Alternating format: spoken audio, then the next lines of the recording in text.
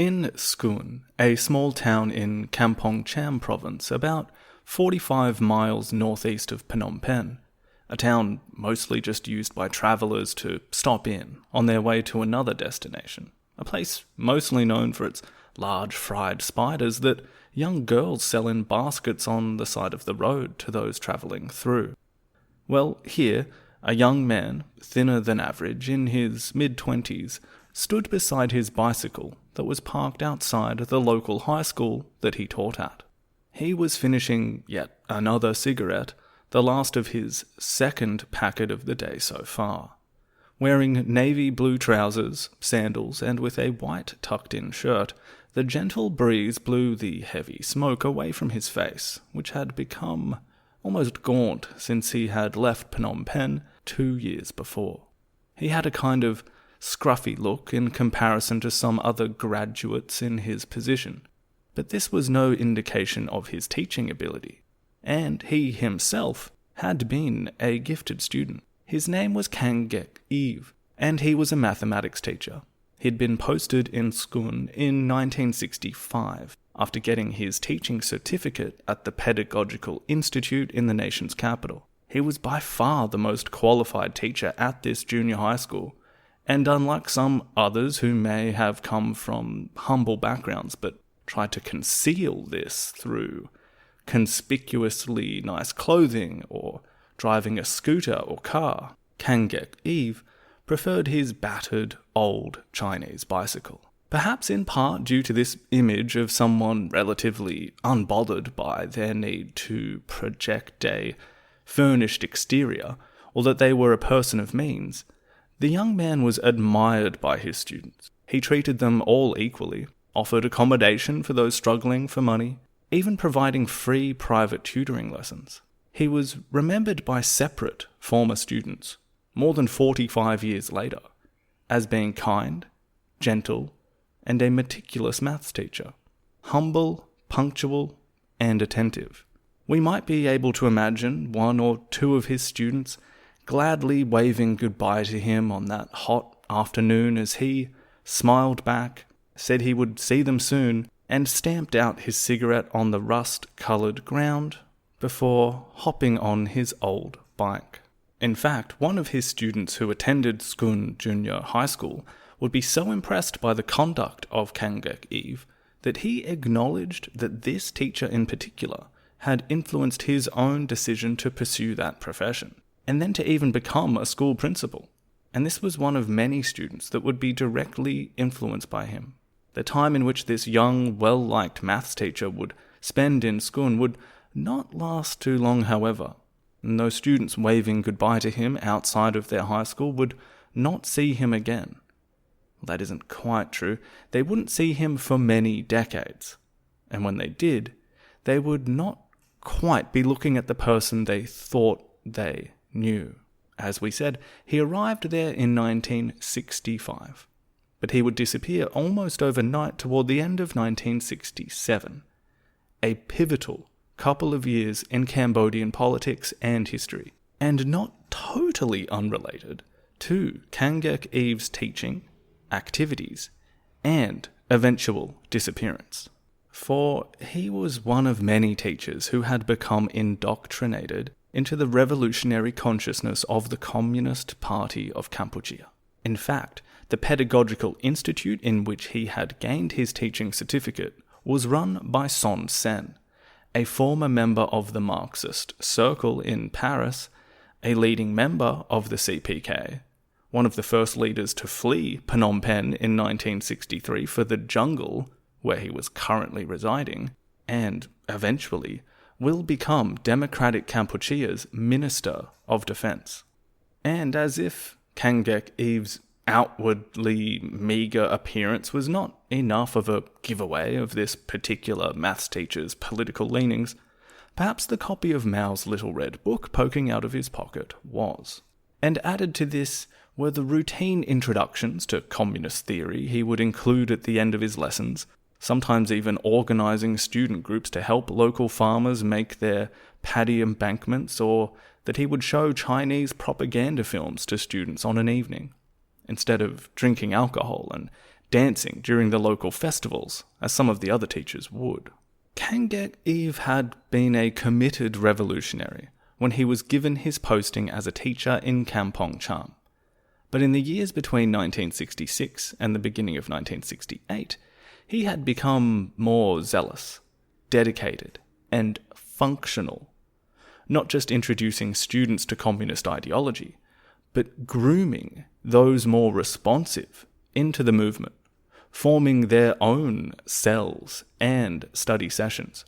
He had also taken on responsibilities including the distribution of books, leaflets, and other propaganda for the party. But, as I said, this coincided with the beginning of a very tense period of Cambodian history. As we shall explore in this episode, through the beginning of 1967 and into 1968, Cambodia will devolve into civil war. It will relinquish its shaky grip on the title of Island of Peace amongst the surrounding wildfires of the Second Indochina War. Cambodia was now seeing a steep increase in arrests, intimidation, imprisonment, torture, killings. The Sihanouk regime, with Prime Minister Lon Nol in a prominent position, was unleashing a brutal repression of those even suspected of being connected to a native communist movement that until now Sihanouk could hardly have conceived of. An underground conspiracy which had grown like a rot within an apple. Previously invisible, now coming to the surface, seemingly everywhere, all at once. Naturally, you might imagine that someone with a copy of Mao's little red book hanging out of their pocket, who wasn't shy about expressing his political position in and out of the classroom, might come under suspicion from the local government security forces, and as a result, Kangek Eve did need to go into hiding in October 1967, following brazen attempts by himself and other communist teachers in Kampong Cham to have students distribute leaflets in different areas which condemned Lon Nol, the functional fist of Sihanouk's governments, as a traitor. But within a few months, government police would track him down and arrest him. Sometime before Kangek Eve was arrested, which was in early January of 1968, he was accepted as a full rights member of the Communist Party of Kampuchea, taking the name Doik as his revolutionary name. Yes, Doik. We have mentioned him in the show before, some time ago now, in reference to this infiltration of the teaching space that the embryonic CPK had initiated in the mid-1950s. He had just become a student back then, and he is about 15 years younger than the Pol Pots, Ieng Saris, and Nuon Cheas of the story. So, just coming up into a Cambodia that they had already begun to affect. If you don't recall his name coming up, then, well, hopefully that kept that intro just a little mysterious. But if you do remember the name, or if you are at all familiar with this story, you will certainly know his name. And this student who became a school principal because of him, well, he relayed this information in a court set up to prosecute Doik of crimes against humanity, almost 40 years after this student was taught by him. Yes, Doik. He himself, a gifted student who would go on to be a gentle, compassionate mathematics teacher, will be sent to Prey Sar prison, just outside of Phnom Penh, and there, among many others, he will stay for 2 years without trial. He will share a cell with 2 other comrades, the editor of a left-wing newspaper, and another teacher from Kampong Cham that he had met before whilst they were both attaining their bachelor degree. His name was Mam Nai, revolutionary name, Chan. Doik will see horrible things in this prison, torture, even killings. But he himself will not suffer those treatments, but he will see them. Now, I wanted to frame the introduction to this episode around this man, Kangek Eve, not just because of the importance he has in the story of the Khmer Rouge regime, but to just give a little kind of point of reference for this time in Cambodia, this pivot in Cambodian history. 1967, 68, and 69 will truly be, well, the beginning of the end. In the span of his becoming a teacher, getting arrested, and getting released, everything will change. We will go from the early exchanges of civil unrest into a rapid transformation toward a truly ugly civil war. And on the other side, just 4 years from where we will begin this episode, Duch, after he is released from prison, will be made the head of a very special Khmer Rouge office, M13. This office will be in a so-called liberated zone, carved out of the jungle or a bit of land off the beaten track, but it will function, more or less, as the precursor to S21, the Phnom Penh High School transformed into torture facility, the apex of democratic Kampuchea's security network, and in my opinion, one of the worst places to have ever existed on this planet. He will be joined at M13 in 1971, and then later at S21 in 1975, by the same teacher that he met in college, and the same teacher he was put in a cell with, Mam Nai, Chan. At M13, again, just over the time horizon of what we will talk about in this episode, Duch would hone his skills as an interrogator, as a torturer, and a grim manager of brutality. Likewise, it was where Chan would also learn the trade, enough so that he would become the primary interrogator at S21. Duch used this time at M13 to experiment, perhaps most importantly in the psychology of torture. The hot, cold, and chewing methods later deployed at S21 were developed in the 4 years in which M13 was operational.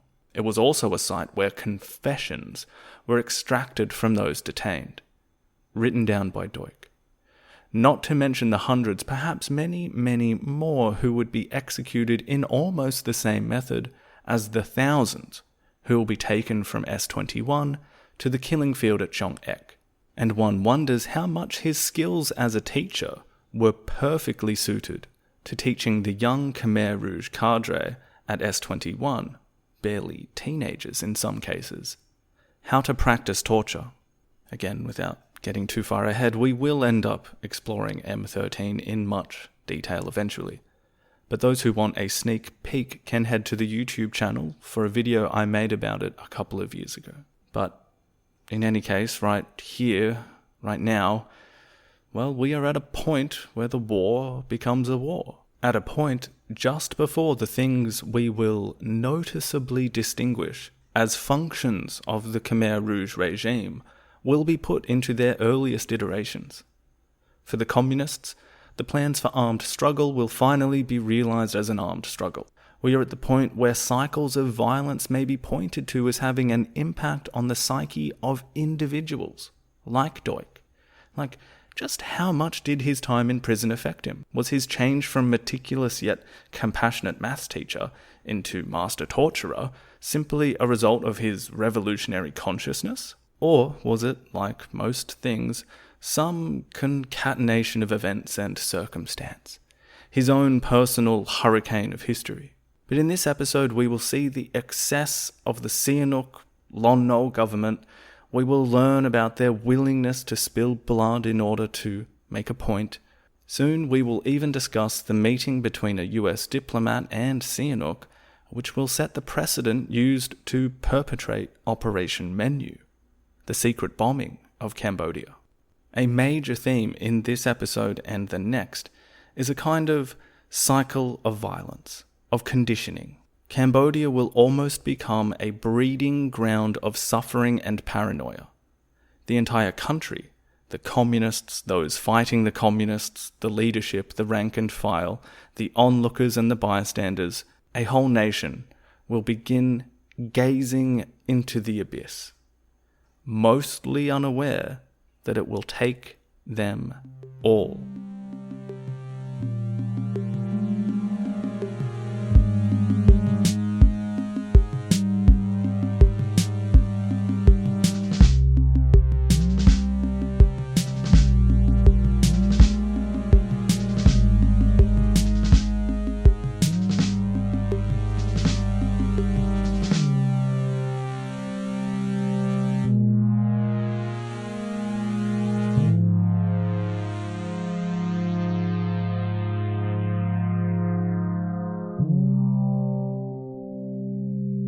everyone. That was a long intro, wasn't it? Apologies. Maybe not apologies. It's not like I did it on accident. Anyway, welcome back to In the Shadows of Utopia.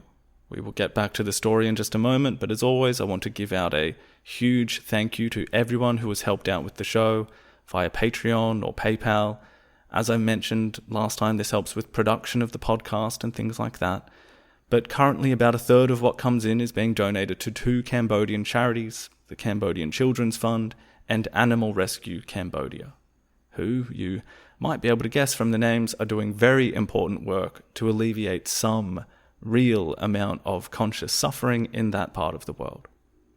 Also, thank you to everyone who has gotten in touch or written a review or left a rating. What a lovely bunch of people you all are. And lastly, apologies for those who are listening to these as they come out. This one took a long time due to me having quite a bit less time on my hands of late. Okay, so with that, let's sort of get ourselves aligned again to where we are. We left off the last episode discussing Sihanouk's sort of malaise when it comes to his, more or less, running of Cambodia. While he might step back momentarily, he is always back in the spotlight soon enough. And speaking of spotlights, we spent a bit of time exploring how he had become a director, actor, producer, writer of many average movies, as well as, leading a country through several crises, particularly economic, and this is just as the Vietnam War becomes recognizably the Vietnam War, from about 1965 onward. We're going to begin this episode with just a tiny recap of how the Cambodian political landscape was looking toward the end of 1966, as an election had been delivered which, for the first time, Sihanouk had not had total control over.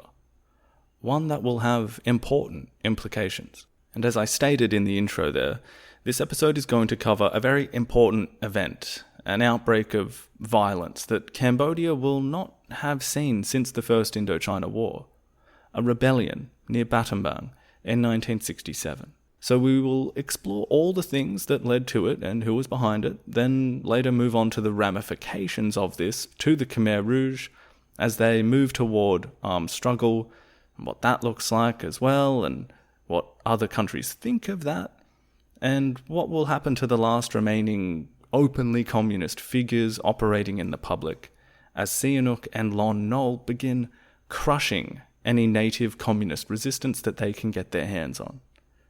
Essentially, this is a period where the contradictions between the prince's foreign policy and his internal ones will become highly pronounced. This is a two-parter. The next episode covering how this crisis evolves into the Cambodian Civil War through late 1967 and into 1968. But those of you who have read the title of the episode will no doubt be aware of that already. In any case, I'm very excited to get into this era of the story, so let's begin.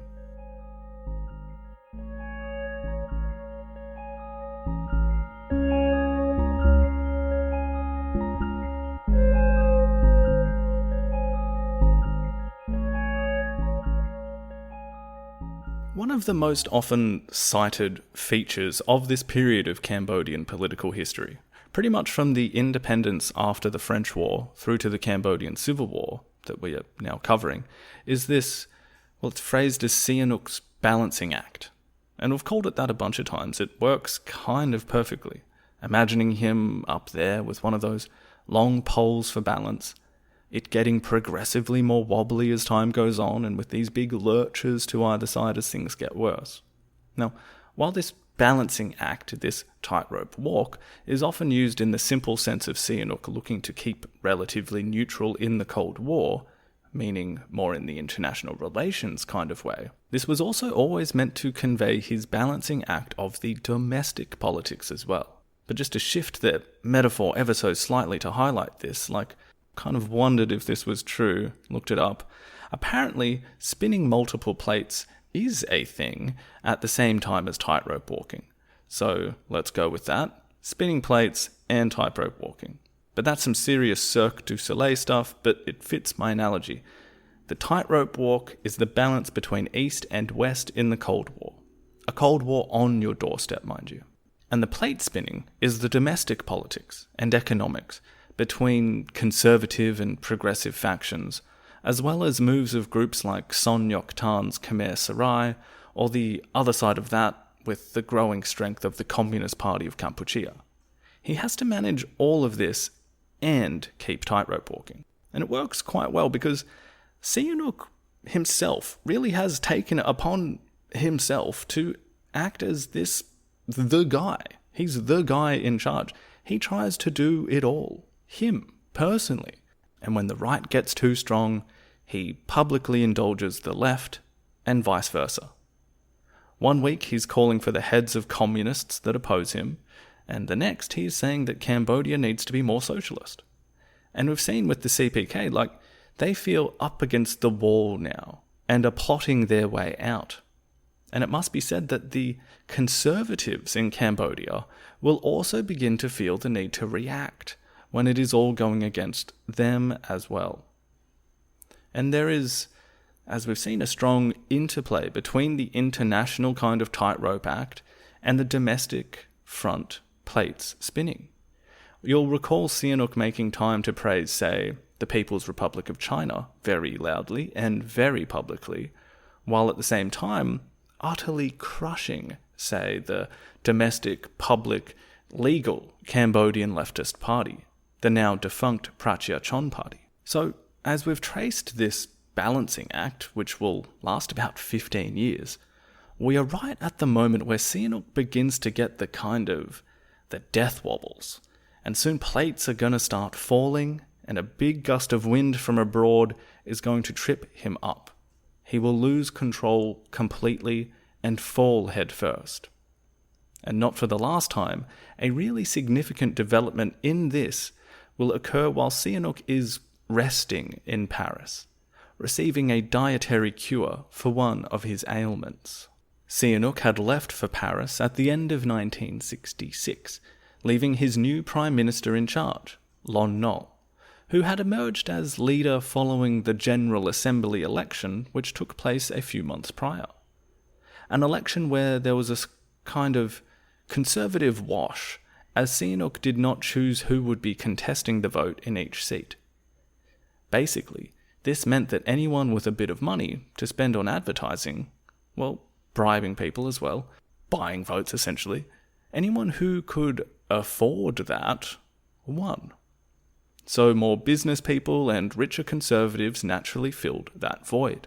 There were a couple of exceptions, of course. Khieu Samphan and the other prominent leftists, Ho Yun and Hu Nim, whom Sihanouk had invited into the Sangkum a couple of years earlier, well, they maintained their seats, predominantly down to the respect that they had built up in their own electorates. As we said in the last episode, though, this was an assembly that for the first time in, well, ever, everyone voted in pretty much owed nothing to Sihanouk for getting their seat. And there were even a few members who we could consider to be outright hostile to the former king. This was an assembly that might have been a little unimpressed with Sihanouk's continual courting of communist countries, coupled with instigating some socialist policies like nationalizing certain industries, as well as turning Cambodia's back on US financial and military aid a couple of years prior. And the guy leading this new government, Lon Nol, who Sihanouk was pretty okay with taking the post as he had been a long-time servant, had not seemed overly ambitious, and could be safely used in the position as a means of placating the more conservative elite in the country. It basically looked to Sihanouk, and as we mentioned in the last episode, a lot of people in Cambodia and watching Cambodia at the time, like all of this was just the status quo, more of the same. And it did take that appearance. It goes without saying that Sihanouk is still very much head of state, still pursuing this game of playing the different political factions off of each other in a way that preserved his power more than anything else. But what was perhaps less easy to see at the time was that his usual maneuvers to put the left or right off balance would be harder to pull off in this new setting, where he didn't quite have the control over things as he used to. Either way, while he is off in Paris in the New Year period of 1967, Lon Nol and the new cabinet will work at trying to correct some economic policies that had been set in place, which they felt they had the remit to do. The most important of these, for our story, will centre around the Battambang region in January and February of 1967.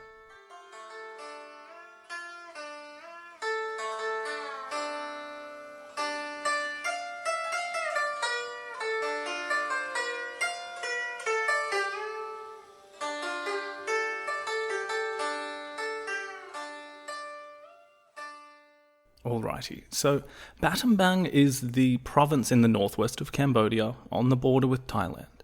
And I don't think it's too much of a stretch to call it like the breadbasket of the country, or the rice bowl as it were. Now, the reason that Lon Nol and his cabinet focused their attentions here was due to this rising problem that in the previous year, almost 2/3 of Cambodia's rice export had basically been sold on a market which completely eluded government taxation. And remember, rice is pretty much the export, which then funds government spending. So if it isn't being sold in a way that the government can heavily tax, then it is as if it just evaporates into thin air. Like, think of whatever country you are in. What's the biggest trade? Is it some kind of oil, gas, technology, agriculture, tourism? Whatever it is, just imagine 2/3 of it going missing one year. You've got a crisis. Where was all this rice going? Well, as we have touched upon in a previous episode, the Vietnamese communists were purchasing this surplus rice from the farmers via a few clandestine middlemen and at a rate which was far higher than the Cambodian government. And then they were having it smuggled into liberated areas of South Vietnam to feed the war effort. So, problem. In an already dire set of economic circumstances, this seemed the most obvious issue for Lon Nol to address, and Battambang the most obvious place to try and do so. Now, Battambang is an interesting place on top of this because if you'll notice its location and highlight some of the history of this particular province, we can build up this picture of a kind of volatile area. It's an area with close ties to Thailand, and where Phnom Penh has always had a bit of trouble in extending its full control over.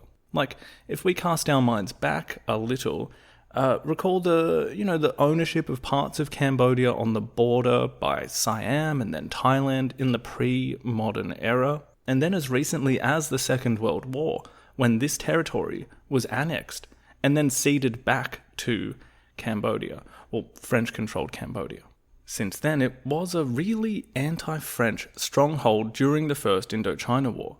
You'll recall how the Isarak was basically formed there out of support stemming from Thailand. This was, by the way, at a time when Lon Nol himself was actually governor of Battambang. So, add a couple more public downvotes to his name with that part of his resume. You've got almost these kind of semi-dormant networks of anti-government activism and know-how. I mean, the future second in command of Democratic Kampuchea, Nuon Chea, he was born in Battambang. And on that note, you've got Rus Nim, one of the old-school Isarak, who had been imported into the Cambodian communist movement. He was also a local, and he has been the so-called zone leader of this area for some time now. And on top of that, you also have a general feeling of peasant unrest in this part of the country that is heightened compared to many other provinces. Because Battambang, due to its use as this fertile farming area, had been where a large percentage of the Khmer Rouge, these ethnic Cambodians who remained in what became South Vietnam, well, they had sort of been guided and incentivized to move back to Cambodia and into Battambang by the government more or less over the last decade or so.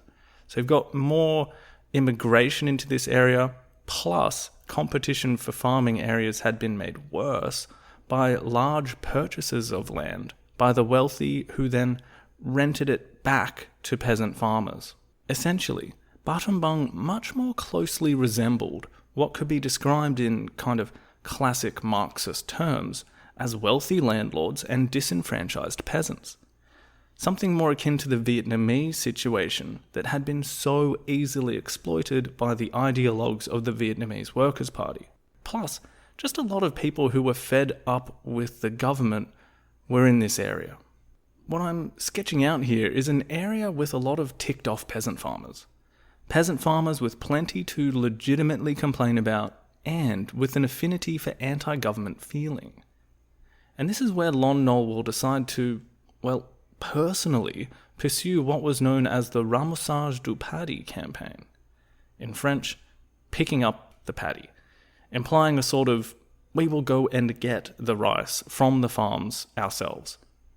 This program, which would alleviate pressures on government finance by recouping the lost export revenue from the surplus rice that was being sold to the Vietnamese communists. How would this campaign achieve its aims? Simple. You just make the farmers sell their rice directly to the government. Those making these demands on the farmers would likely need to be accompanied by government soldiers just to make sure it went smoothly, right? Particularly as when these farmers, when they were selling to the Vietnamese, they were selling at a far higher rate than what the government was going to offer them.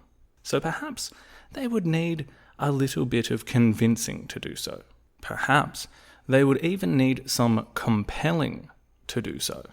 It's a very combustible scenario, just with what we've pointed out already. But wait, there's more. As I briefly alluded to, this area was also important to the CPK, and I hope everyone's getting used to me saying CPK instead of Communist Party of Kampuchea or Khmer Rouge. That is going to be sort of the way from here, okay? But the CPK had been agitating in Battambang for the last couple of years, ever since they had turned their internal plans toward armed resistance and struggle, as opposed to just political struggle. As mentioned before, Rus Nim was the zone leader in this whole area. He was old school Isarak, and he was very well connected, very familiar with this part of the country. He was able to easily lean on resistance networks that had been set in place since the early 1950s, as well as attracting new sympathizers to the communist message. In fact, he had taken it upon himself to begin minor acts of terrorism against government troops, such as mining a railway bridge in 1965 and organising hits on Lon Nol's secret police and soldiers. In turn, Lon Nol, then acting as Sihanouk's defence minister rather than prime minister as he was now, had installed more guard posts in the region, as well as stepping up their presence more generally across the province.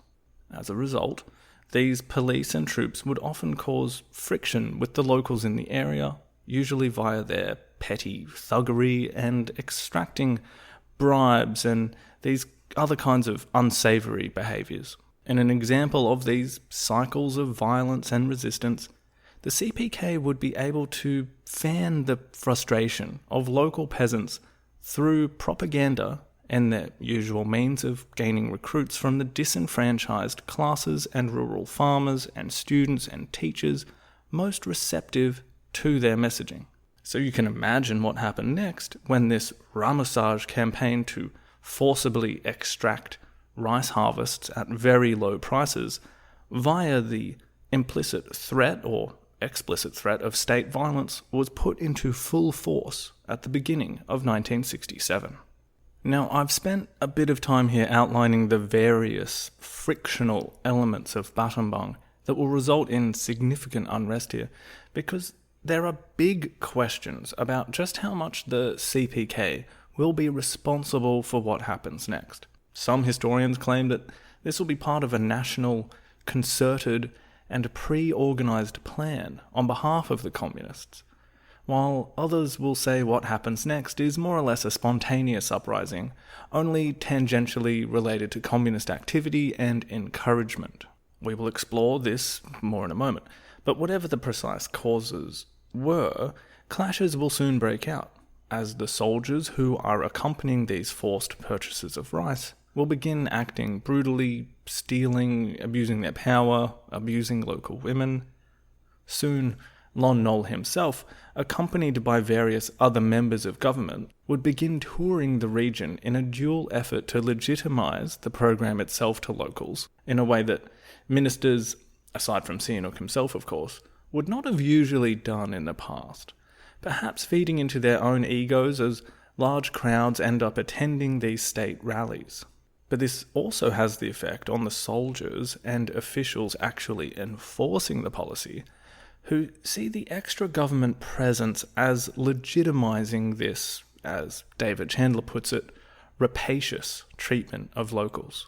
By mid-February, this cycle of violence will result in clashes between soldiers and local farmers in Pei Lin on the border with Thailand.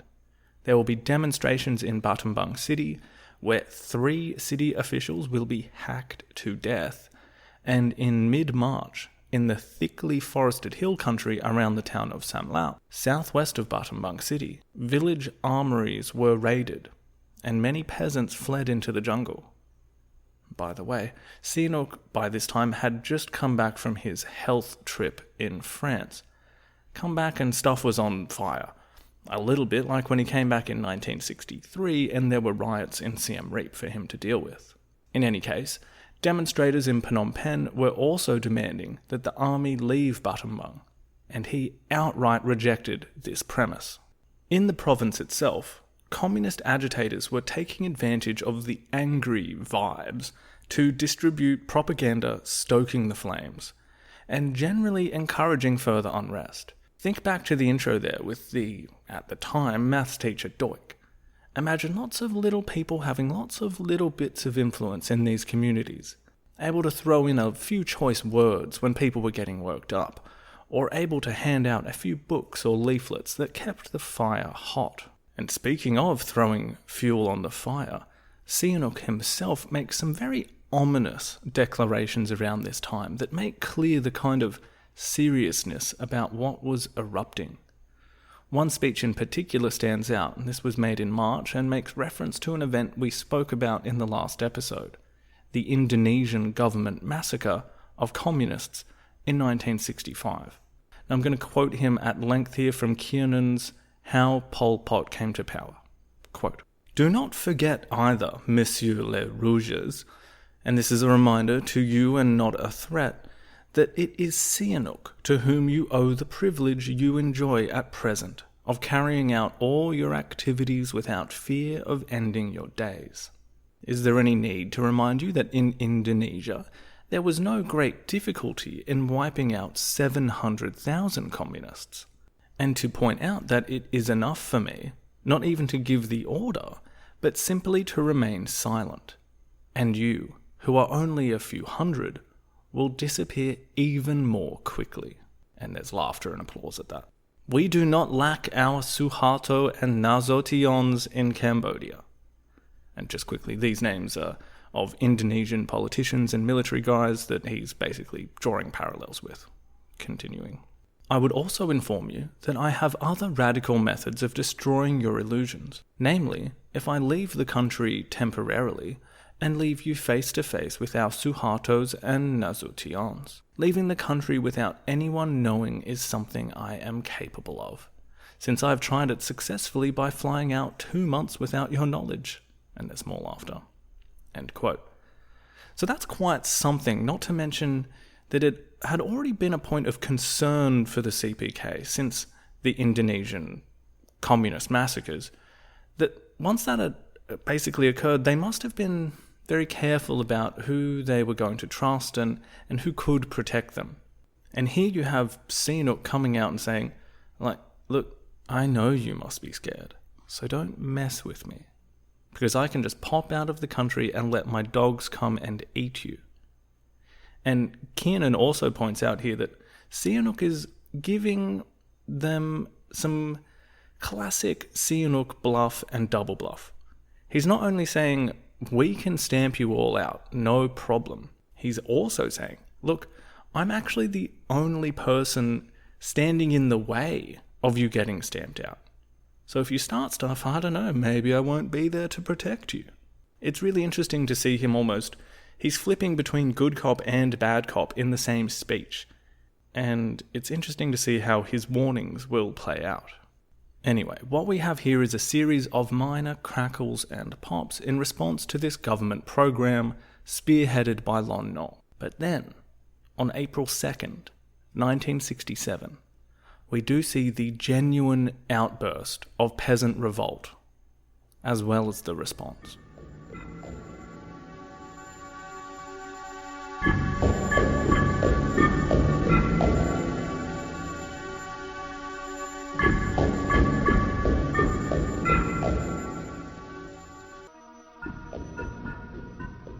That very hot morning, remember April's the hottest month in the country, as a few government soldiers oversaw this program of collecting the rice harvest from a local farmer, a group of villagers descended upon them, and in the skirmish, 2 soldiers were murdered, and a number of weapons were stolen as the villagers then escaped.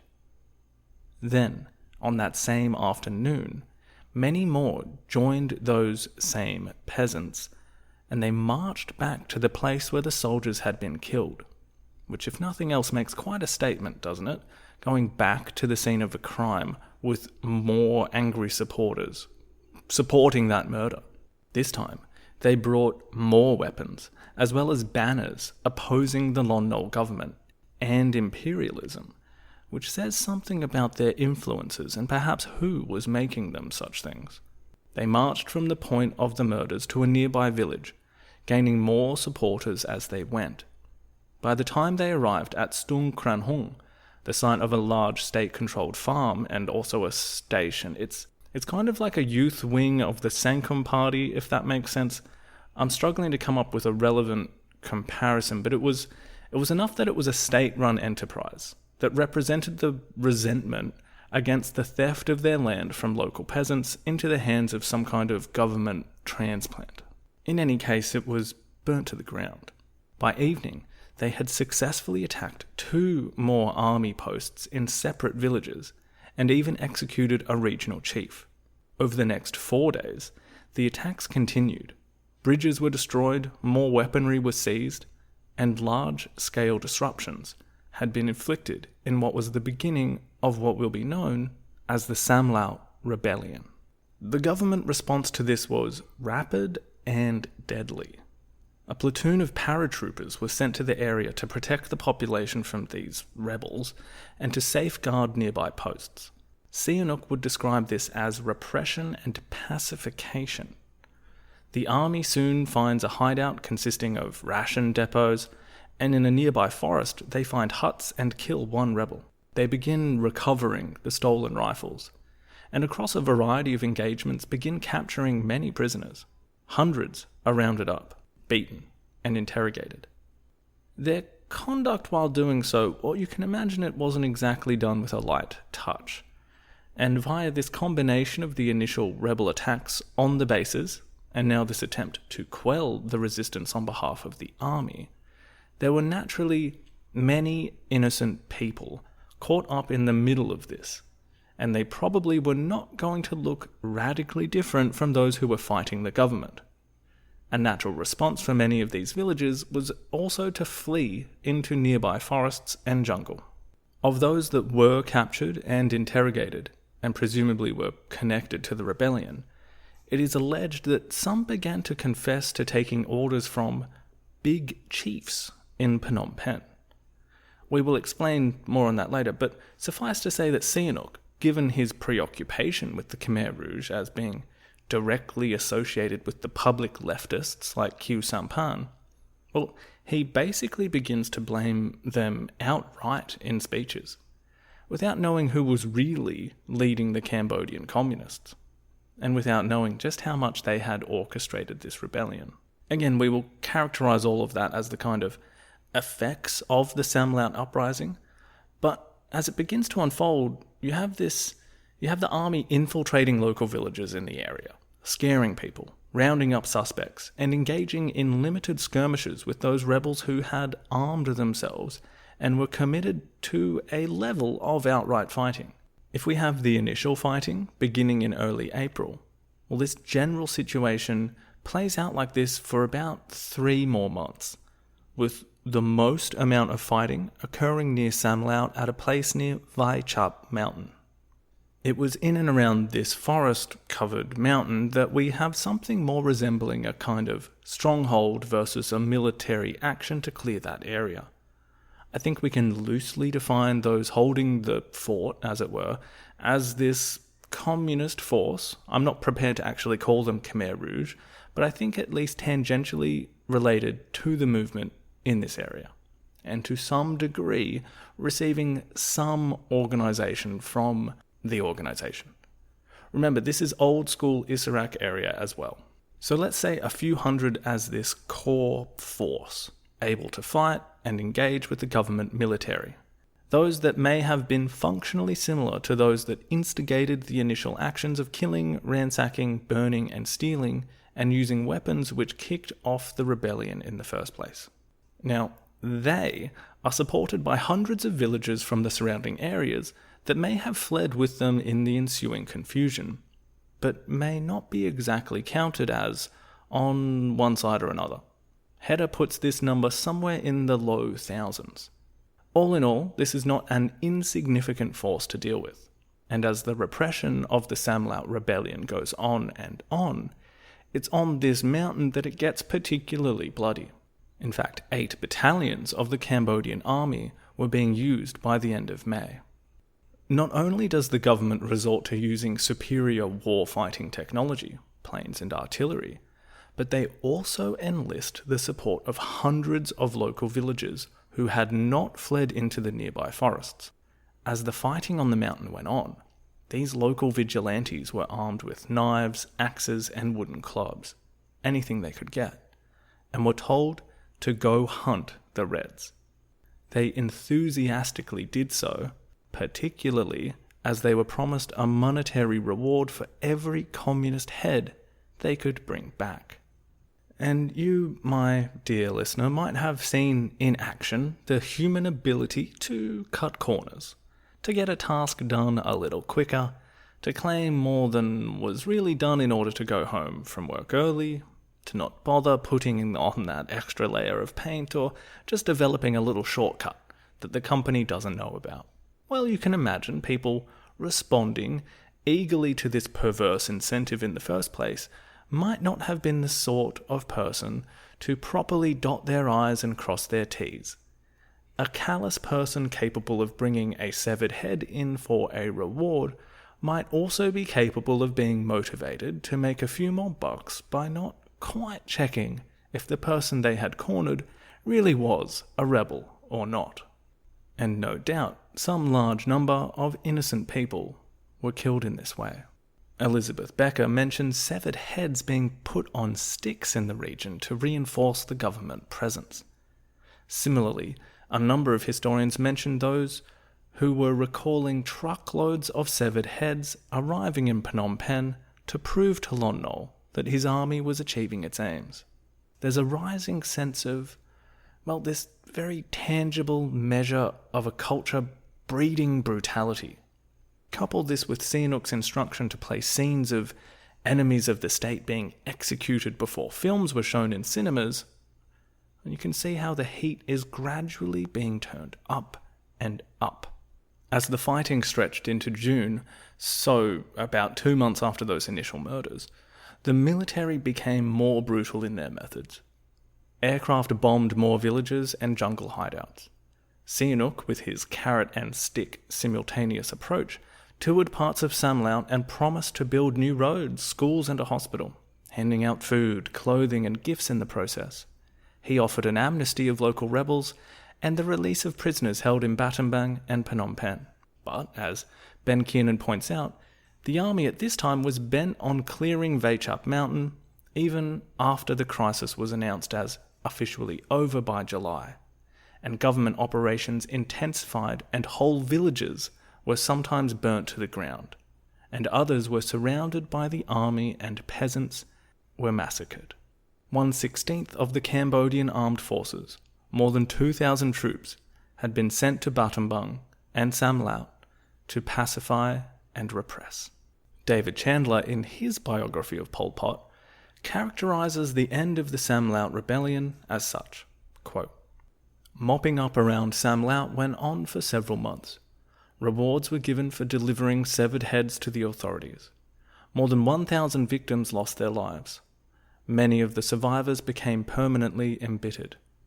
Violence sputtered in the region for the remainder of the year, although Sihanouk declared the rebellion finished by July. The killings resembled the massacres in Indonesia, albeit on a much smaller scale, in that it was a settling of scores against communists and went unpunished." End quote. What Chandler points out there, as do many other historians of the period, is that there is a kind of shift that occurs with Samlaut. While it was not new for Lon Nol to have enacted kinds of targeted reprisals before, well, that had generally been against individuals, or at most small groups. This level of state-sponsored violence was being perpetrated against whole villages and communities. Chandler mentions about 1,000 victims in this, few months of concerted fighting, and that's a best guess. Sihanouk himself once said that the death toll may have been 10 times that, although in later memoirs he amended the figure to be fewer than 100. But when we consider at least the impression that people had got about heads on pikes, truckloads of severed heads coming into Phnom Penh, planes strafing villages, indiscriminate killing by peasant vigilantes of anyone even plausibly part of this anti-government chaos. Well, as I said, we don't fully know, but a safe and realistic estimate might be around 1,000 dead, as Chandler suggests. But this, the conditions that led to this outbreak of violence, firstly on behalf of the peasants in Battambang, then conversely the methods of suppression used by the government, i.e. massive reliance on violence, it speaks to a new era in Cambodian politics. An ominous foretaste of the civil war on the way, yes, but also the fact that this was a rural insurgency. And we will get to the question of how much of it was the CPK in a moment, but a substantial rural insurgency that for the first time took place in an independent Cambodia. This wasn't against the French or some other colonial regime. This was at least in part Sihanouk's children, as he used to say, rising up against their papa. And how had his government reacted? With violence and archetypal colonial power would have seen fit. Both were unprecedented events, as Milton Osborne suggests. There are serious ramifications of the Samlaut Rebellion for our story, and naturally for those who had to live and die in these tragic events. But before we get into these ramifications for, the state of Cambodian politics, the Khmer Rouge, the underground communist movement, as well as for Sihanouk and, basically the start of a 7-year civil war, I want to just dig in a little about the events around the start and end of the rebellion that give us a means of exploring just how much the CPK were organising this peasant uprising in the northwest, and what their reaction to all of this will be.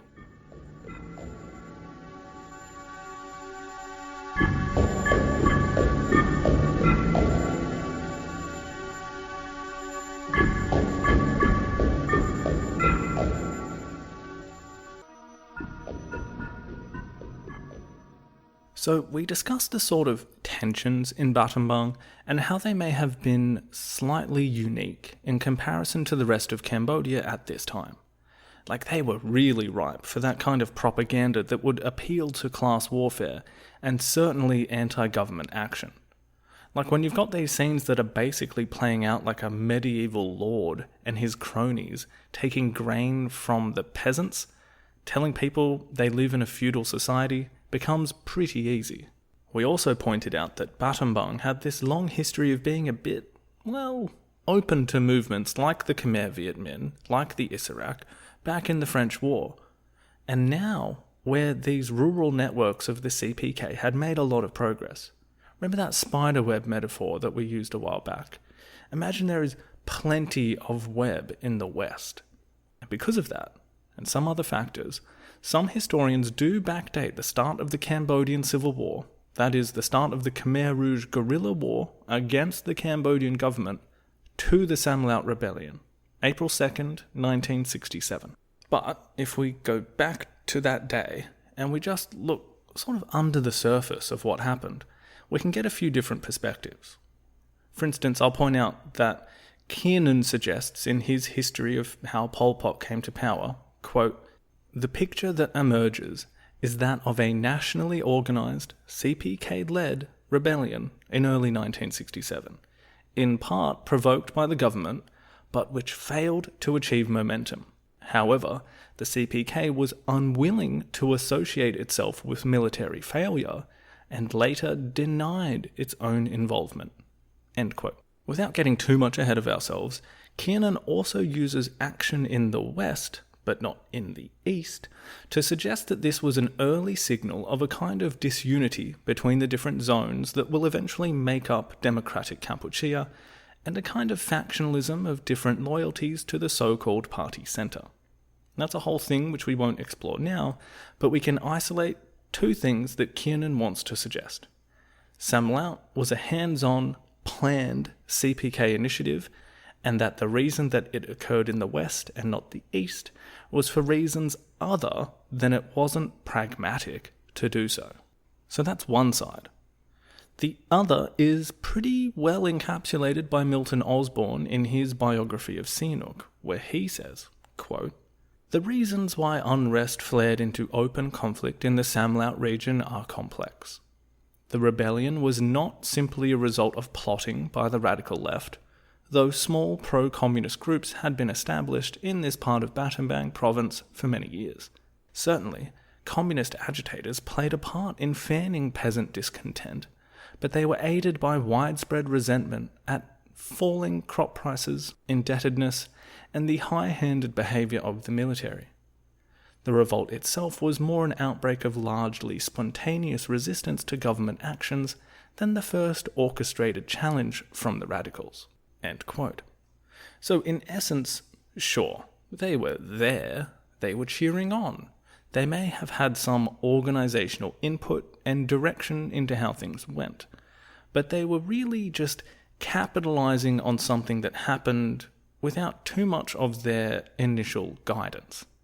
Like we've mentioned Rus Nim a few times, this veteran of the Issarak movement, who was the CPK zone leader in the West. It's not as if we had him personally leading the communist resistance on top of Mount Vei Chap, is it? No.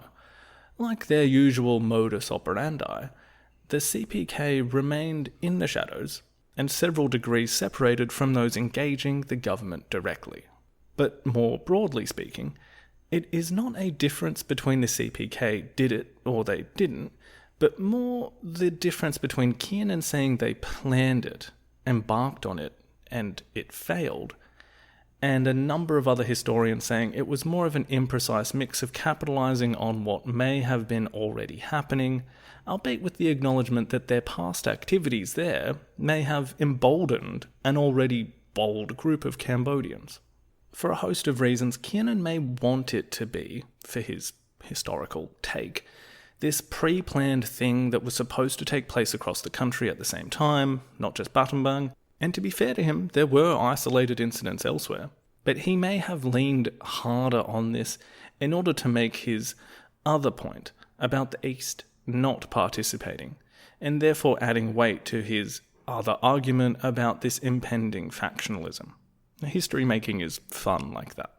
Regardless of these larger historical angles, we can go back just slightly and reference those captured and interrogated rebels. Remember, they spoke of getting their orders from some big chiefs in Phnom Penh. Now, who were they talking about? Well, Kiernan is keen to use this as evidence for the orchestration of this whole thing coming from the CPK leadership. But other historians will point to Pol Pot's own recounting of these events in official party history after the fact. Chandler quotes him directly as such. Quote, "In 1967, revolutionary violence reached a high level. It was in this ripening revolutionary situation that an armed uprising broke out in 1967 in Samlaut. This was set off by the people through their own movement. The CPK had not yet decided on general armed insurrection throughout the country. In Battambang, The movement of peasants had reached the boiling point, but the party was there to give leadership to the movement and decided to suspend temporarily the armed struggle in Battambang until the whole country could complete its preparations. And then Chandler summarizes this as, quote, "Whatever the CPK had in mind for Cambodia in 1967, the Samlaut uprising proved that the armed struggle was not yet a viable option. Although it provided a model and a precedent for later attacks, and the government's harsh response likely made it easier for the CPK to recruit adherents in the area." End quote. Kiernan made the point that he thinks the future CPK are essentially lying about this earlier attempt, and because it failed, they said it wasn't them. And to be fair to him, that will be something that the leadership will do fairly often later on. They have an interesting relationship with the truth. But all in all, I still find the other historians' take on this to be more compelling. And it isn't like Pol Pot isn't admitting that they were there in some capacity. But what of these big chiefs that the rebels spoke of? Well, in the earliest moments of the Samlaut Rebellion, local communists, that is, those within networks connected to the CPK, would have been encouraged by those in Phnom Penh to have exploited the initial uprising. But remember, Pol Pot is up in the mountains, in the jungle, more or less on the opposite side of the country in Ratanakiri. So the person acting as leader in Phnom Penh would have been Nuon Chea, brother number 2. We can tie the fact that it is Nuon Chea who is more closely monitoring and taking action regarding the events in Battambang than, say, the rest of the leadership, functionally cut off from the rest of the country in Office 100. Like, basically on the actual other side of the country, in the forested mountains and weeks away in terms of functioning communication with the rest of the underground. Like, if we accept that, then it also makes it harder for us to take the Kiernan angle that all of this was planned, closely managed, and proactively fought by those representing the full leadership of the CPK. Okay, leaving that larger historical argument behind, it is interesting that it is Nuon Chea who, as early as May, which is about a month into the rebellion, well, he did call for whatever influence the communists did have over the rebellion to be focused into a negotiated peace. That the reaction from Sihanouk and Lon Nol was far more extreme than they had predicted, and that they needed to stop before they were all killed. To adhere to the official party line, which was, at this point, we're not doing an armed struggle. This more or less connects what Pol Pot would say 10 years later in that official history I quoted. We praised the people that were doing what they were doing, we gave a bit of guidance, and then we bailed when it got too crazy, and we learned from it.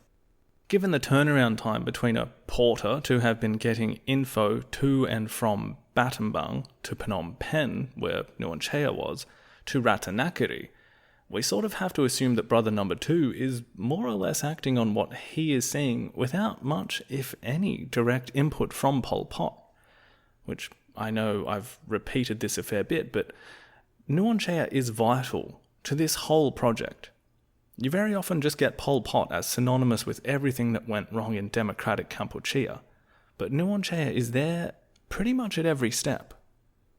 But yeah, by May, and according to Steve Hedder, Nuon Chea calls off whatever extent of influence the CPK has over what is going on, although that part of the country will continue burning for months. But, and again I'm sourcing this from Hedder, apparently he calls a meeting in the first half of 1967. Exactly when isn't clear, but he brings together the available zone leaders and higher members available in Phnom Penh, that is without Pol Pot, Ieng Sari and Son Sen, and says that there is to be a suspension of any armed struggle, basically signalling to what had happened and just how much the government had crushed that rebellion. But at this meeting, Hedder notes that Nuon Chea is saying that a confrontation with Lon Nol now seems inevitable, and that the party should prepare for an armed struggle very soon, It's worth pointing out that in Short's history of this same sort of stretch of time, and remember this is all happening in the first half of 1967, and there's a whole other thing that happens that I'll get to in a second, but Short says that in fact there is another meeting in June that does take place at Office 100. So inclusive of Pol Pot, Nuon Chea, Sao Pim, who was managing what they called the East Zone on the border with Vietnam, and this also has Ieng Sari. Basically the top leadership. It's here that they decide a nationwide general uprising was going to be launched by the start of 1968. The Cambodian Civil War was officially on its way.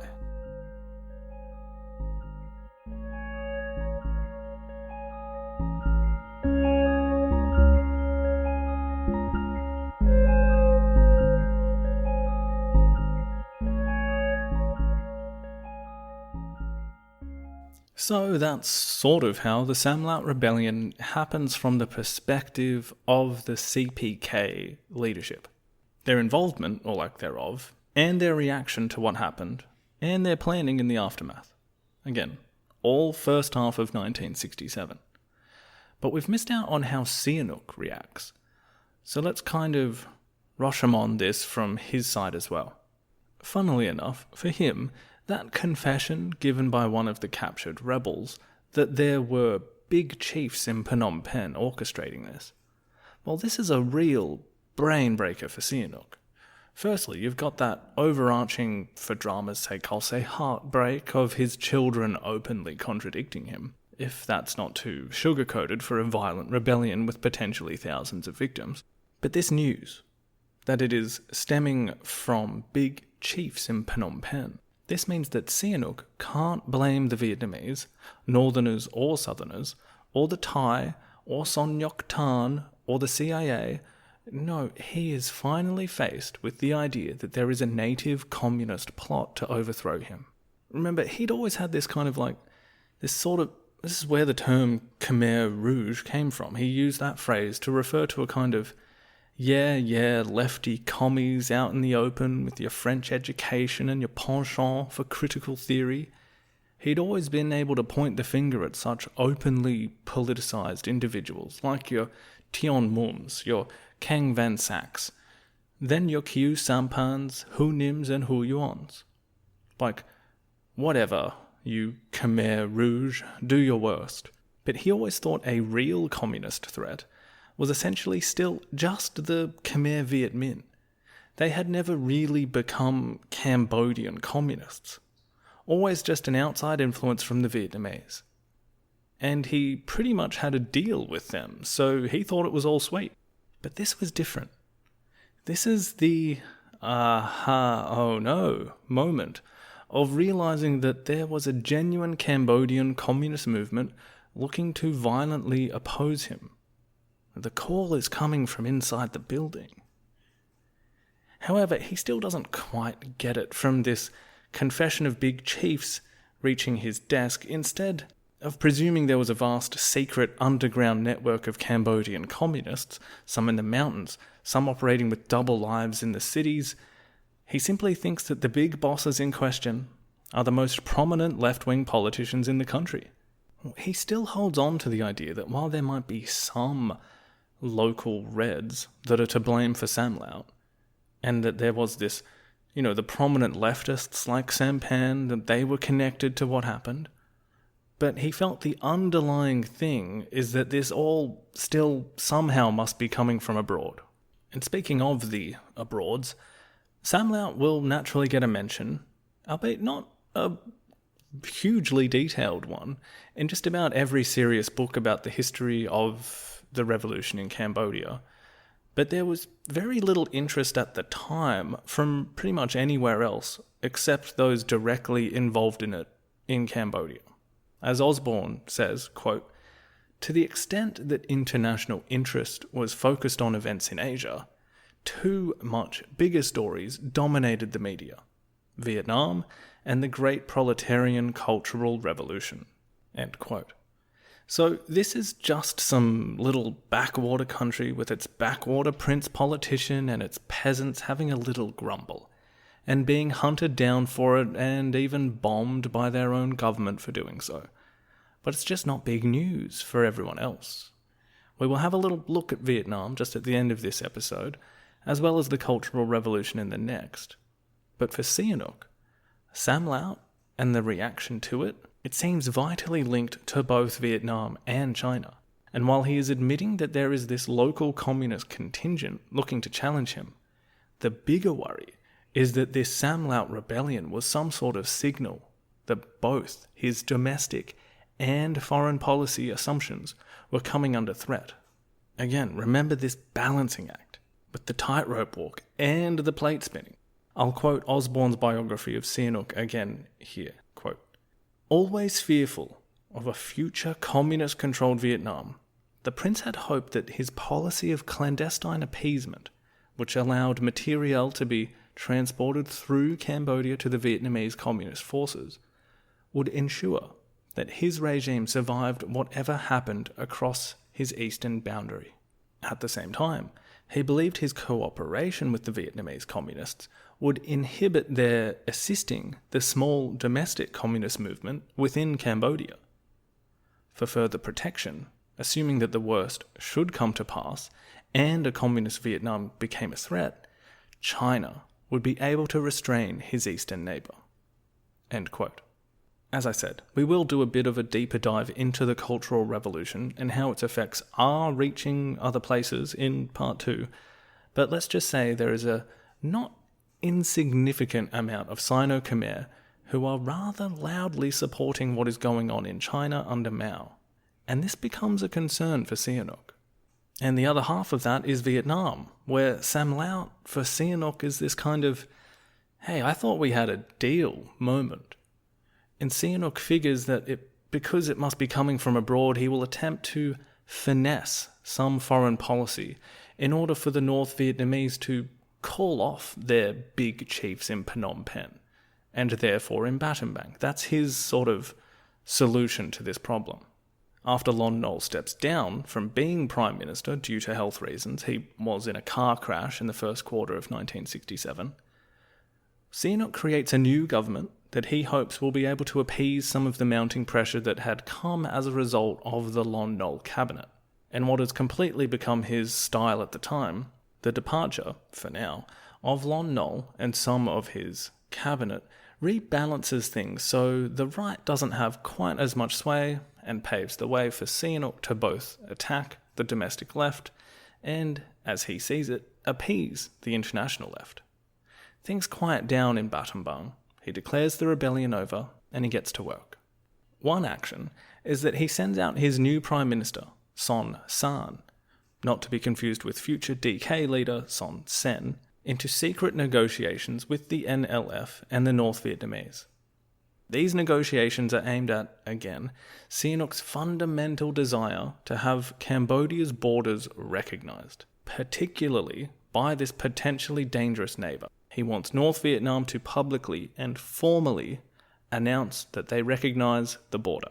In exchange, he offers to formally allow unspecified numbers of NLF and North Vietnamese troops to remain in shelter within the Cambodian border and to keep up this Chinese flow of arms and ammunition through Sihanoukville to supply them. It's interesting here that Chandler says that Sihanouk isn't really offering anything more than what was already happening. They were exercising all of these rights. But to me, it's kind of like Sihanouk just coming a little concerned back to the table and saying, hey guys, you can keep doing what you're doing, but we are cool, right? Maybe a little something for me? Maybe the borders thing? Come on. And this isn't insignificant for the NLF either. This is a foreign country meeting with them as a kind of delegation. It bestows upon them a degree of legitimacy. And the Chinese and the Soviets are happy with Sihanouk on this, and they also decide to recognise Cambodia's borders as well. This is exactly what Sihanouk has been wanting. But, as always, it does have its necessary effect in domestic Cambodia, as once again the pro-Western elite see this overt socialist direction to things. For Sihanouk, he's been betting more on North Vietnam than South for some time, so he's hoping that there will be some gratitude down the line, and he also assumes that doing this will result in the Vietnamese calling off their insurgents in the shape of Cambodian communists, whom he assumed they controlled completely. Still, but that doesn't mean he wasn't going to try and eradicate what he could of these Khmer Rouge and their big chiefs. Because for him, Samlaut necessitated this reaction, and for the sights to be set internally once again. So he absolutely goes after Khieu Samphan, Hu Yuan, and Hu Nim. All Paris-educated, all very Marxist circle, but none of whom actually had a leadership position in the CPK. And on April 20th, just over 2 weeks after the rebellion initially started, he makes a speech which states that these three might have to go before a military tribunal, just like those Khmer Sarai who were captured, paraded about in front of the assembly, and very quickly sentenced to death. He threatens to make these three disappear in repeated threats. 2 days later, Samphan does not come home. His brother recalled years later for Philip Short what happened. Quote, "My mother served dinner as usual at 7:30. The two of us sat at the dining table and waiting for him to arrive. We stayed there until 11, without eating, listening for every footstep and every sound. Then my mother broke down and began to cry. She cried all night." End quote. Hu Yuan, another contemporary of Samphan in this openly leftist part of the Sankum, he vanished soon after. Hu Nim openly appealed to Sihanouk for mercy and pledged allegiance. He did not vanish, for now. Most people assumed that Lon Nol, and naturally on the word of Sihanouk, had eradicated them. Short says that soon, grisly rumours began to circulate about the way their bodies might have been disposed of, later confirmed by one of the prince's long-time French advisors. He told guests at a private dinner party hosted by a cabinet minister that he knew precisely how the two MPs had been killed. One had been burnt alive by sulfuric acid, and the other crushed by a bulldozer. Apparently, this was followed by a thoughtful silence by the Cambodian guests present, who knew that was probably the way that Sihanouk would have behaved. However, as many of my dear listeners would know, Samphan was not dead. He is still not dead at time of recording. On the 23rd of April, 1967, the day after Sihanouk's threat, Samphan had contacted a CPK handler and met with Hu Yuan on 2 occasions that day, and they were planning their own vanishing act. Samphan said nothing to his family, unfortunately leading to that rather sad scene with his brother and mother waiting for him to come home for dinner. Nuon Chea was arranging their departure, again as managing head of the Phnom Penh Party Committee, so this was, again, without Pol Pot's consultation. They did not know where they were going to be sent when they met with an inconspicuous driver at dusk, who drove them to an isolated area around 50 miles south of Phnom Penh, on the road towards what the communists considered their southwest zone. They were met by cadre who took them to a nearby hamlet in the woods, off the main road, a place inhabited by about 6 families, all related by blood or intermarriage, an unlikely situation to invite betrayal. They were completely cut off from their former lives, and far from the brains of the movement in Phnom Penh or Office 100. By all accounts, Hu Yuan hated this new set of circumstances, a kind of enforced house arrest, where all they could do was avoid being seen. Samphan, it seems, was, while out of his element, somewhat entranced by the dreaminess of peasant life. They had genuinely fled, fearing for their lives, it must be said. But Sihanouk's insistence that they had been the principal leaders of the unrest in Battambang, and therefore the leaders of the Cambodian communists, this was a very handy misapprehension for someone like Nuon Chea pulling the strings in Phnom Penh. The real party leaders could continue to conceal their identity and still capitalize on the apparent martyrdom of these leftist heroes for students sympathetic to their cause. But what's even more interesting is the problem this posed for Sihanouk. His information was, naturally, that the men were still alive. Despite calling them out, threatening their jail and execution, he had made no such orders, and Lon Nol could honestly attest to not having killed them either. But this doesn't stop the rumour of their ghastly demise in the minds of the Phnom Penh urban elite, nor the progressive youth. In fact, the student body in particular are pissed off. Without any direction from the CPK, they begin protests, as well as distributing anti-Sihanouk leaflets in urban areas and the provinces. And I don't think I've made this point before on the show. I keep making it clear in notes when I'm researching, but I don't know about you, handing out leaflets in 2023 doesn't quite seem to be much of an effective mode of doing anything. So you might hear that and you might be like, cool, leaflets. But imagine back in the 60s, handing out a bunch of leaflets was kind of like a limited social media campaign today. And we've seen the effect that that kind of thing can have, and also how seriously governments take them. And we've seen Sihanouk react to some leaflets plenty of times by now. He bloody hates being criticised. And you think about how today some political officials will react to some negative press in a social media post. In some places, you might get a fine.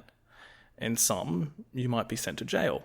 And in some extreme cases, a little more. So don't think that Sihanouk reacting to these leaflets and pamphlets is this idiosyncrasy. And in tandem with his messaging around any red Cambodians, this now begins to encapsulate a much larger group of the urban left, whether communist or not.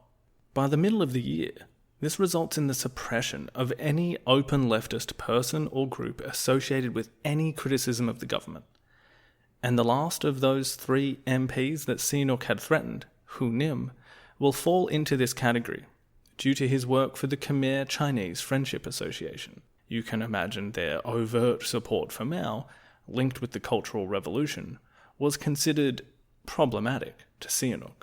The CPK will also make the decision to take him out of the line of fire and hide him, like Samphan and Hu Yuan, and the public will begin to collectively dub the 3 supposed leaders of the communist movement and their supposed martyrdom under the title of the 3 Ghosts.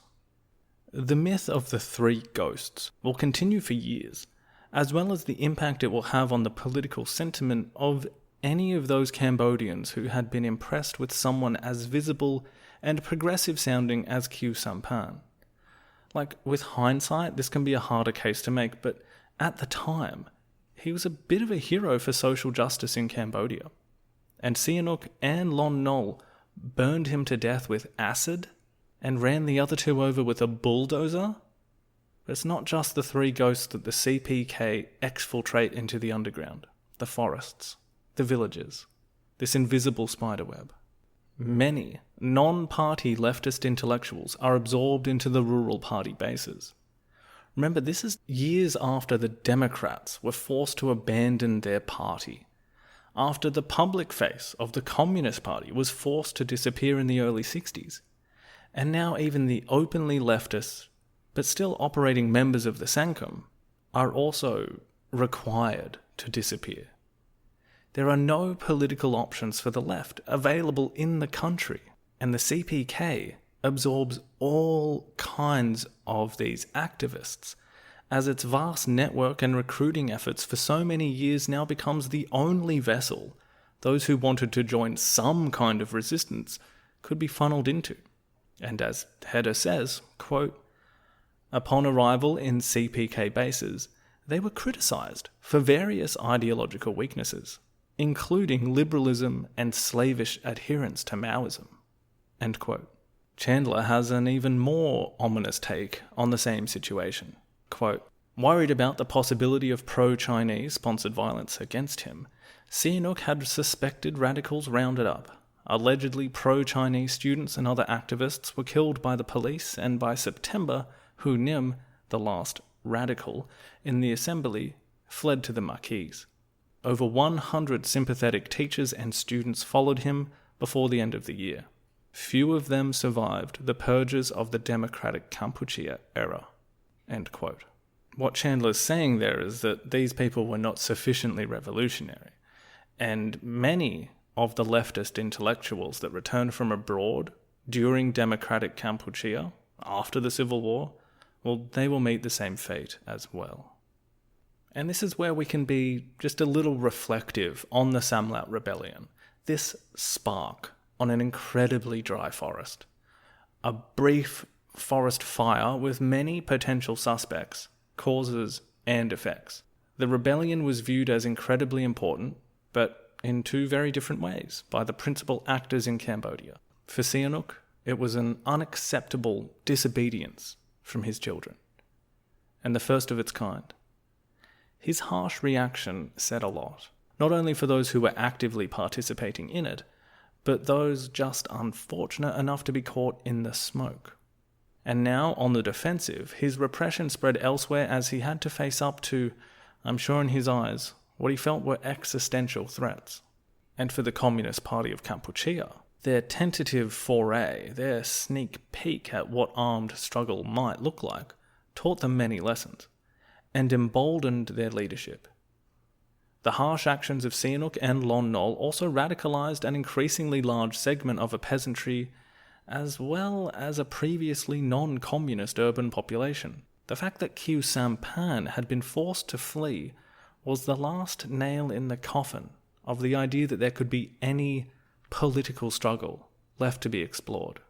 It was, as we shall see, the end of what Craig Etchison calls the early revolutionary period, and the beginning of a 7-year civil war.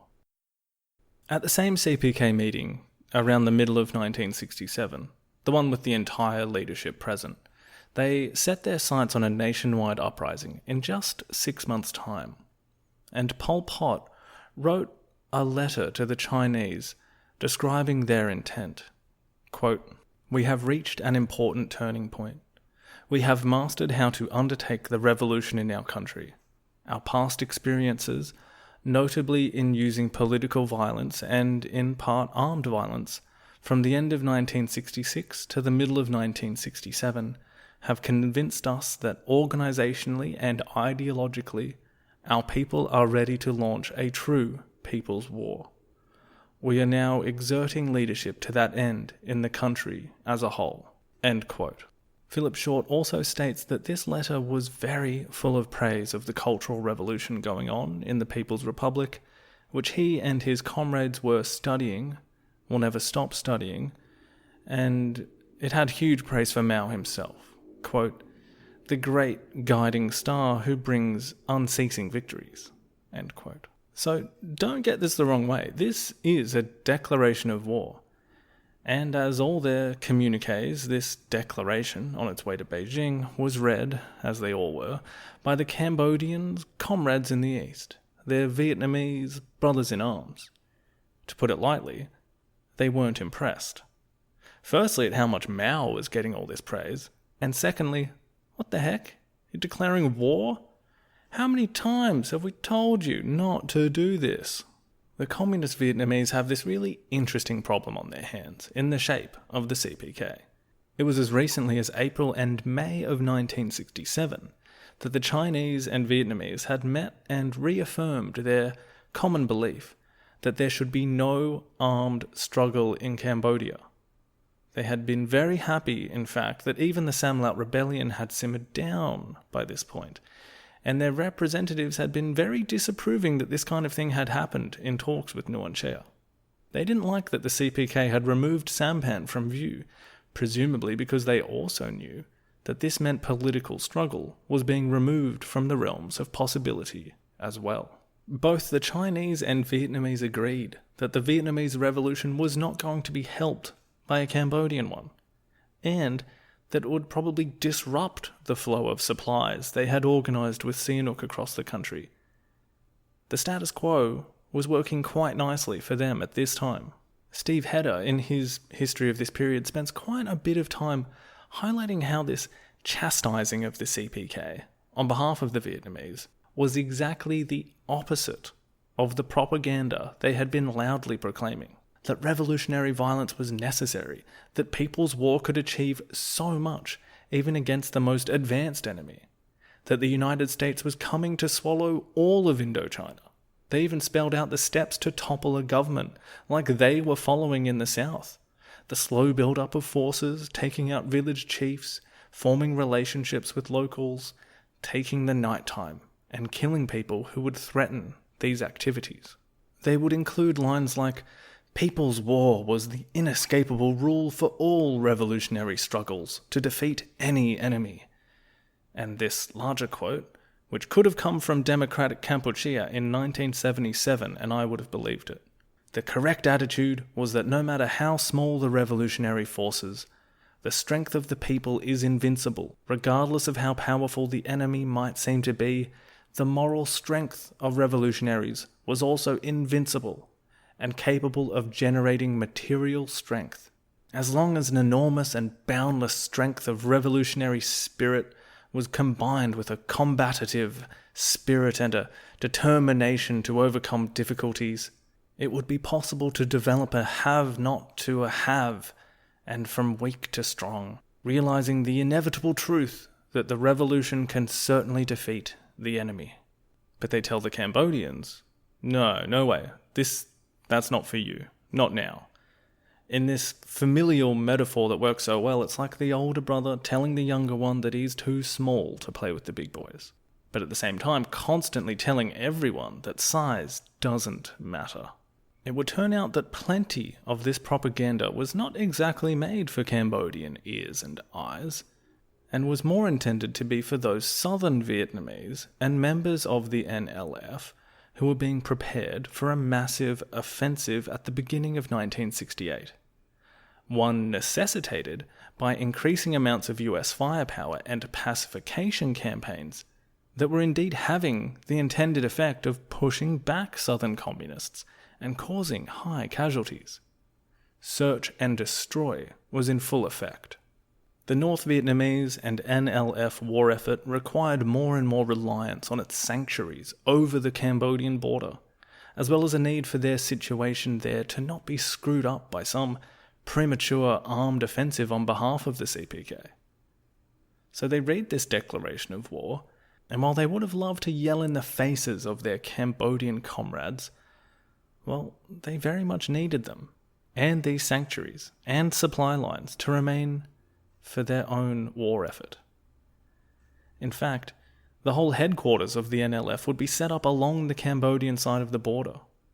As Philip Short says, in the late 1960s, the Khmers and the Vietnamese were uneasy bedfellows, but bedfellows all the same, something that is not going to go unnoticed by those in the United States looking to win their war, and perhaps will find a way to try and fix these sanctuaries, perhaps even finding a more sympathetic Sihanouk than the one that had abandoned their relationship a few years ago. The North Vietnamese dispatched some officials to try and persuade Pol Pot not to go ahead with this, but he did not relent. All they could do was not give him the weapons that the CPK asked for, instead saying you had to build it from nothing, just like we did. Next time, on In the Shadows of Utopia, the beginning of the Cambodian Civil War Part 2.